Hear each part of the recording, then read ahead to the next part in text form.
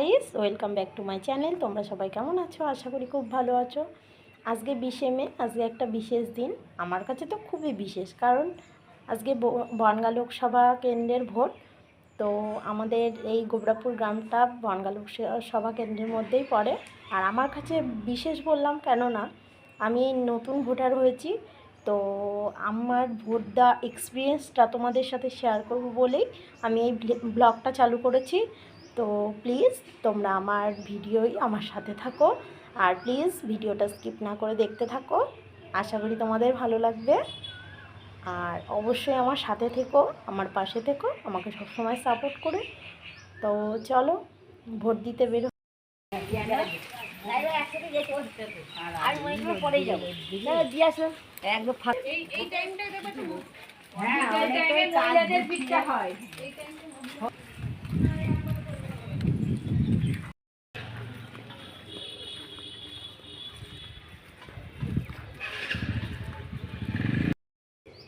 তো hello, vote দেওয়া তো হয়ে গেল।